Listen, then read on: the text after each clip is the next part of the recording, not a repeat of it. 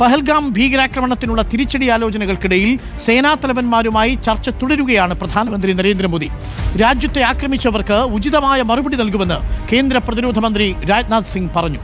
ഇരു രാജ്യങ്ങൾക്കുമിടയിലെ സംഘർഷാവസ്ഥ തുടരുന്നതിനിടയിൽ ചെനാബ് നദിയിലെ ബഗ്ലിഹാർ അണക്കെട്ടിന്റെ ഷട്ടർ ഇന്ത്യ അടച്ചു.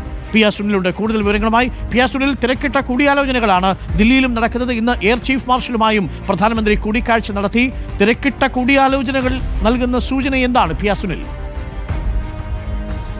അരുൺ, പെഹൽഗാം ഭീകരാക്രമണത്തിന് പിന്നാലെയുണ്ടായ ഇന്ത്യ പാകിസ്ഥാൻ സംഘർഷാവസ്ഥയ്ക്കിടയിൽ സേനാ മേധാവിമാർ പ്രധാനമന്ത്രി നരേന്ദ്രമോദിയുമായുള്ള കൂടിക്കാഴ്ച തുടരുകയാണ്. ഇന്ന് വായുസേനാ മേധാവി പ്രധാനമന്ത്രി നരേന്ദ്രമോദിയുമായി ചർച്ച നടത്തി. ഏതാണ്ട് 1 മണിക്കൂർ സമയം ഈ ചർച്ച നീണ്ടുനിന്നു.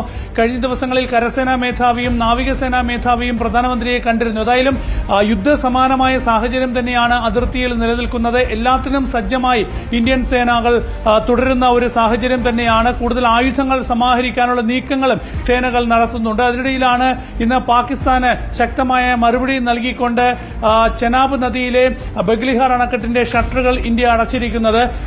ഈ പാകിസ്ഥാനിലേക്കുള്ള ജലമൊഴുക്ക് തടഞ്ഞാൽ ഇന്ത്യയിൽ ആക്രമണം നടത്തും എന്ന് പാകിസ്ഥാൻ പ്രതിരോധ മന്ത്രി ഇന്നലെ ഭീഷണി മുഴക്കിയിരുന്നു. അതിന് മറുപടി നൽകിക്കൊണ്ടാണ് ഇന്നത്തെ ഇന്ത്യയുടെ നടപടി ഉണ്ടായത്. ഇനി ചലം നദിയിലെ അണക്കെട്ടുകളിലെ ഷട്ടറുകൾ കൂടി അടച്ച് ശക്തമായ മറുപടി പാകിസ്ഥാന് നൽകാനുള്ള നീക്കങ്ങൾ കൂടി ഇന്ത്യ ആരംഭിച്ചിട്ടുണ്ട്.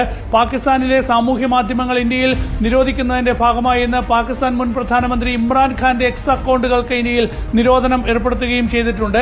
അതിനിടയിൽ ഇപ്പോൾ ഇന്റലിജൻസ് വിഭാഗത്തിന് ലഭിക്കുന്ന ഒരു സൂചനയനുസരിച്ച് പെഹൽഗാമിൽ ആക്രമണം നടത്തിയ ഭീകരർ പാക് അധിനിവേശ കശ്മീരിലേക്ക് കടന്നു എന്നതാണ്. ഏതായാലും ഇവർ എവിടേക്കാണ് പോയത്, എവിടെയാണ് ഉള്ളത് എന്നത് കണ്ടെത്താനുള്ള ശക്തമായ നീക്കങ്ങൾ തന്നെയാണ് അന്വേഷണ ഏജൻസികളും സൈന്യവും ഒക്കെ തന്നെ നടത്തിക്കൊണ്ടിരിക്കുന്നത്. പാകിസ്ഥാന് ഈ ഭീകരാക്രമണത്തിന് പിന്നിൽ ഉള്ള പങ്ക് ശാസ്ത്രീയമായി തെളിയിക്കാനുള്ള നീക്കങ്ങൾ തന്നെയാണ് ഏതായാലും ഇന്ത്യ നടത്തിക്കൊണ്ടിരിക്കുന്നത്. പാകിസ്ഥാൻ ഒരു വലിയ തിരിച്ചടി ഈ ഭീകരാക്രമണത്തിന് പ്രതീക്ഷിക്കുകയും ചെയ്യുന്നുണ്ട്. തിങ്കളാഴ്ച മുതൽ പാകിസ്ഥാന്റെ നാഷണൽ അസംബ്ലി ചേരാനുള്ള തീരുമാനം എടുത്തിട്ടുണ്ട്.